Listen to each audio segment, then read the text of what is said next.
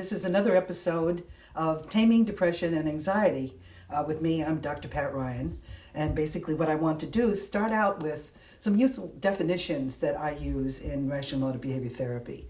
Most people are not familiar with that term, but basically that's the name of a cognitive behavioral therapy style that has been used since the 1950s. So I'm going to just talk with you about a useful definition in REBT. Activating events triggers then may be either an internal thought or an outside event that sets off a cascade of responses toward a goal. Generally and simply, humans want to have the goal of survival, to be relatively free of pain, and to be reasonably satisfied or content throughout their lives. So safety is a very, very important thing for us as human beings. So the process of evaluation and interpretation of what the thought or event means to each individual depends on their past experience and current ability to interpret those events. This sets in motion the individual's belief about what that thought or that event means to them.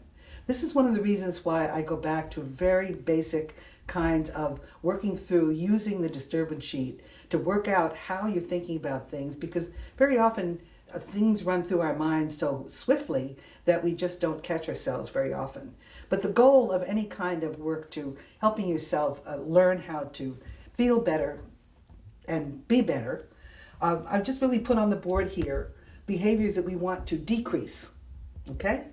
So we want to decrease personal emotional chaos. We want to deal with runaway emotions and moods, impulsiveness, and confusion about oneself. So what we'd like to do is increase interpersonal effectiveness skills, emotional regulation skills, distress tolerance skills, and mindfulness skills.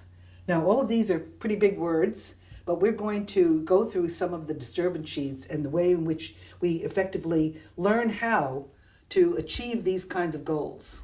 Okay, we're going to move on here and talk about rumination. Rumination seems to be a ubiquitous problem with everybody that comes into the office. Can you turn it off? And that seems to be the question that so many clients ask me. And I found a wonderful piece in a workbook called The Depression and Bipolar Workbook. And it was written by a psychiatrist, Chris Aiden.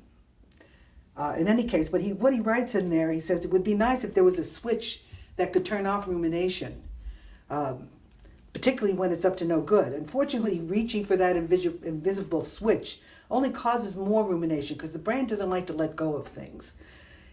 So telling your brain to stop thinking about my mistake or only reminds myself of an embarrassing mistake. So rumination is hard to stop because the brain finds it rewarding. I think we've talked about that before when I said that basically the brain likes to have stimulation and it likes to keep things moving. So the brain actually thinks it's solving an important problem and doesn't want to give it up. It's like a dog kind of chewing on a bone and keeping that going and keeping that going. So this is a trick of the imagination, but the brain doesn't know any better. Again, I think that I've mentioned that before, that our brain does what it wants to do when it wants to do it. So the ruminating brain may be imaging a confrontation with people who've wronged you, or replaying old regrets, or preparing for problems by conjuring up all that could go wrong in the future. To the brain, all this is real and thinks it's making progress by doing this over and over and over again. So some of the internal triggers that Dr. Aiden made include the future, conflicts, mistakes, or upsetting events from the past, uncertainties, doubts, or imperfections, wondering about other people's intentions, comparing yourself to others or to an ideal, asking why questions, and I think we've covered that a lot. I sometimes ask my clients to think about why is a crooked letter. That why questions just tend to generate more what ifs and more problems and more upsetments and stuff like that. So analyzing mistakes and situations that went wrong is also part of what we do as human beings because we want to self-correct. So any losses or grievances or griefs or anything like that is grist for the mill for the brain. So an excellent colleague who did research in Rational Emotive Behavior Therapy came up with a whole host of dysfunctional personal messages, the thoughts that cause problems. So I'm going to look at a few of these because these are really the kind of things that clients say to me over and over and over again. Making mistakes is terrible. That people should be condemned for their wrongdoing. It's terrible when things go wrong. My emotions can't be controlled. I should be terribly worried about threatening situations. And this is very current right now, particularly with this whole issue with the fears of COVID. Every problem has a perfect solution. That really is not a generally acceptable kind of statement. If others criticize me, I must have done something wrong. I can't change what I think. I can't tell you how often people will tell me that when they first start doing work with me. And strong people don't ask for help. That basically I should be able to do all of this on my own, no matter what age I am. Yeah, and also a thought that people ought to do what I wish. And some people say that giving up is the best policy. And I think that we need to look at that and see what we can do about what that thinking leads to. I need to be sure to decide. That's often one of those really generalized statements that seems to have not very good results. Let's put it that way. Okay? Another one that comes up is I shouldn't be happy all the time. Well, I'm waiting for the next shoe to drop. I'm feeling okay right now, and so now what's going to happen next? So they really don't even allow themselves time to just enjoy the present moment. And most of the work I do is really working to help people get in the present moment and stay in the present moment. Because when you start pulling in the past into the present moment, then basically there's nothing you can do about the past. But you can do something about how you think and feel about the present. I guess one of the most overriding dysfunctional statements that people bring to me is that the world ought to be fair. That is just, the world is not fair. It never has been fair. It's not going to be fair. So we have to learn how to cope with adverse kinds of problems, adverse kinds of events. So that basically adversity, that's part of that whole thing about distress tolerance. Learning how to deal with the adversities that face us. And life comes at us fast, so that it's just not easy to figure things out right joining on the spot. Another one, particularly for those people who use the word anxiety in terms of fear, I still like to help my clients talk about fear rather than anxiety. That anxiety is always dangerous. Actually, your feelings and about things, the fearful statements that you say to yourself are not dangerous. They're just very dysfunctional. They're illogical. Another one of those frequent dysfunctional statements are people shouldn't act the way they do. My husband shouldn't act the way he does. My children, my husband, my boss, whoever, other people in my life should be different than they are. And I think one of the basic tenets of Rational Emotive Behavior Therapy is really dealing with those demands that the world be the way you want it to be for you, rather than the way it is. Because thinking about it in those kinds of terms just keeps you unduly disturbed about what will not change. And not only that, but there's also one that I should be able to control my kids or my spouse's problems. Basically, that's one that seems to come up quite frequently in terms of the kinds of things that people complain about.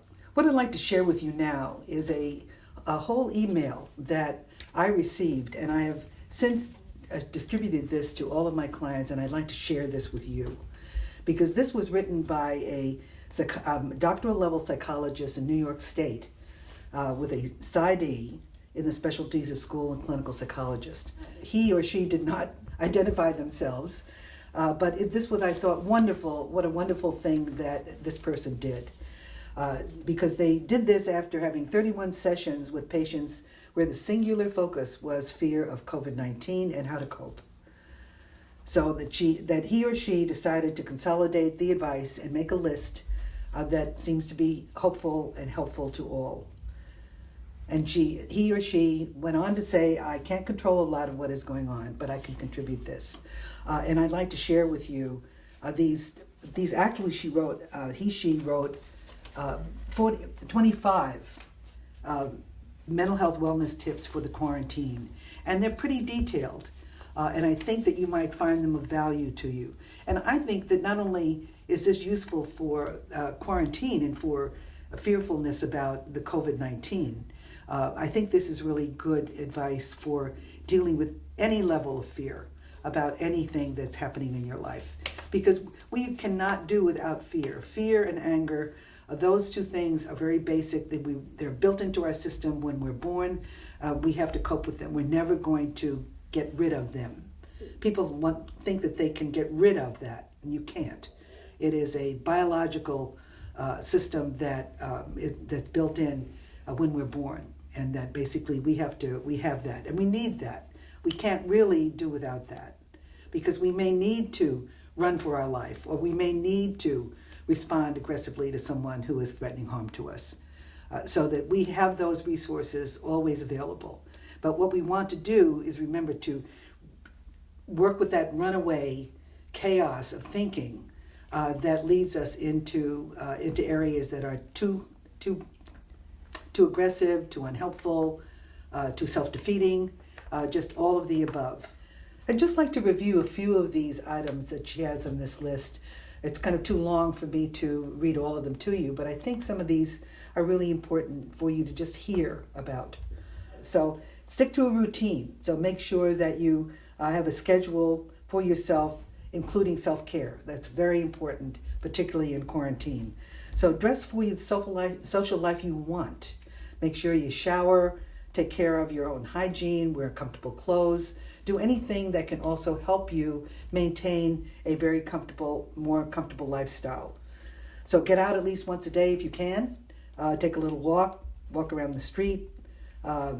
Make sure that you wear your mask, whatever that is, whenever you're out, at least for the time being. So find some time to move each day. Reach out to others, and basically, if you can, for even 30 minutes, use FaceTime, Skype. There's all kinds of ways in which we can communicate, because human beings are social beings. We want to be able to connect with other people. So stay hydrated, eat well, and develop a whole self-care toolkit for anything that, so a soft blanket or hot chocolate, photos of vacations, go over things that were pleasant. I also suggest that people find things that are humorous. Either look and find yourself cartoons to look at, go to Netflix and find a funny show, look at some of the past TV comedy series. So keep your humor also alive and well. Really practice radical self-acceptance, that basically this too shall pass, this is not forever, because again, our brain wants to go to forever. This is going to last forever and ever and ever. This is the way the brain seems to work. So you want to lower your expectations of what can be accomplished, but nonetheless, stay within some kind of routine. I'd like to share with you the last couple of tips for dealing with quarantine and COVID-19 and fears in general. So really work at taking one day at a time, 1 week at a time. Sometimes I talk to my clients about 15 minutes at a time, that each time you have an opportunity to keep the chaos down in your life, the better off you are. So remind yourself daily that this is temporary. And even anxiety is temporary. So it's a matter of, you can also work with thinking. If you're thinking about fearful thoughts, you can also think about that and see how your over-arousal goes up, and also watch it go down, so that you see that there's something that you have some method of dealing with it. That's one of the reasons why I like to use the disturbance sheet. It really teaches the client how they're talking to themselves, the kind of sentences, the representative sentences that they say to themselves. Obviously, when we're doing a disturbance sheet, there are many more sentences that could be added. But what I say to people is that that's for another sheet. So we want to start with a very narrow microcosm of learning how we talk ourselves into high states of anger, sadness, and fear, and how we can talk ourselves and dispute our irrational demands that the world be different than it is. it's much better to keep the fear level in check so that it doesn't rule your life. These are when we're really dealing with that internal chaos that we want to self-correct. And you can do as little or as much as you want. But basically, this is one way in which to go about figuring out how you're talking to yourself, what is maintaining that high level of fear, and then what you can do about it in terms of the disputation process. So let's just look at this in terms of the triggers that I don't go out because of CDC guidelines. Nothing wrong with that. That's a perfectly reasonable statement to make to yourself. So our rational belief is, I don't like that this has happened to us and that we are quarantined. I wish that this would be over quickly. It's too bad that this has happened and that I have to stay inside and not be able to have my usual ways of dealing with my daily activities. But that doesn't stop with that. Generally speaking, this high level of fear really is generated by the shoulds, the awful, the I can't stand it, the negative rating. And so the should is that the irrational belief is I should stay inside all the time and never go out, or shouldn't. I shouldn't go out because I might catch the virus. It's awful that this is taking such a toll on us in terms of having to be in quarantine all the time, and I can't stand this level of closeness that has to be all the time. I mean, my husband's home all the time, my kids are home all the time, and basically I think there's a stress level that has occurred that is just adds to any other stressors in your life. So I think COVID is just another extra added, I won't say attraction because that's not the right word, but it's just another burden, let's put it that way, okay? So all of these, the shoulds, remember that this is an irrational demand that the world be different than it is. And awful really has no parameters, and that's what I always talk to my clients about. When we tell ourselves it's awful that something is happening, then is it this big? Is it this big? How big is it? So I think the brain, what I've learned from neuroscience, I think the brain has a difficult time with words that have unclear definitions. And so consequently, when we use words that are not beneficial to us, it leads to unpleasant, self-defeating kinds of feeling states. Okay? I can't stand it. Of course you can. You're still standing it. So that's one of the things that I really confront my people about almost immediately. Of course you can stand this. You're still here. You haven't dissolved into a pool like the Wicked Witch of the West. And so that telling yourself you can't stand something is another illogical, irrational, self-defeating kind of thing to say. And that the negative rating could be really self or others, or it could be the world. I mean, we could blame whoever for that. Or, people should wear their masks. Those are the kinds of things. And people, it would be better if they did. So we want to make that into a preference, not a demand. Okay? So one of the ways to begin to get at this level of high level of fear, and we're talking about, if we look at that on a scale of 1 to 10, with high level of fear being that you never go out, you don't even open your front door, other than to pull groceries in, or something like that, then that would be probably a scale of between 7, 8, and 9. What we want to do is just reduce the load of that, because the over-arousal in the body really takes its toll. So we want to reduce that fear level to something that's much more manageable. So the way to do that in terms of using rational emotive behavior methods is to dispute the irrational demands that the world should be different than it is, that things are, you can stand it, things are disappointing, that you don't have to like it, that we're stuck in this kind of situation temporarily. And so hopefully when we do that disputing and force ourselves to think in a more logical, rational fashion, then that it should bring about less fear. Now, bringing about less fear may change the behavior. You may still say, okay, I may decide to eat in an outside setting or not. I may decide to limit the number of times I go to the store. I may limit the number of times that I even go out for a walk, and that's fine. Again, all we're really attempting to do is to reduce this uncommon level of arousal in the body that isn't good for the body.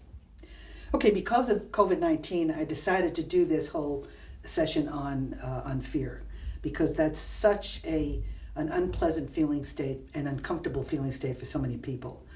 So stay tuned. I'm going to do the next episode on mad or sad, maybe both. In any case, but make sure you subscribe and keep on going, because this is really repetitive, and this is what we need to do to practice good self-help, good self-regulation. And I think that you'll find that you will feel happier and you'll be taming depression and anxiety every time you do this.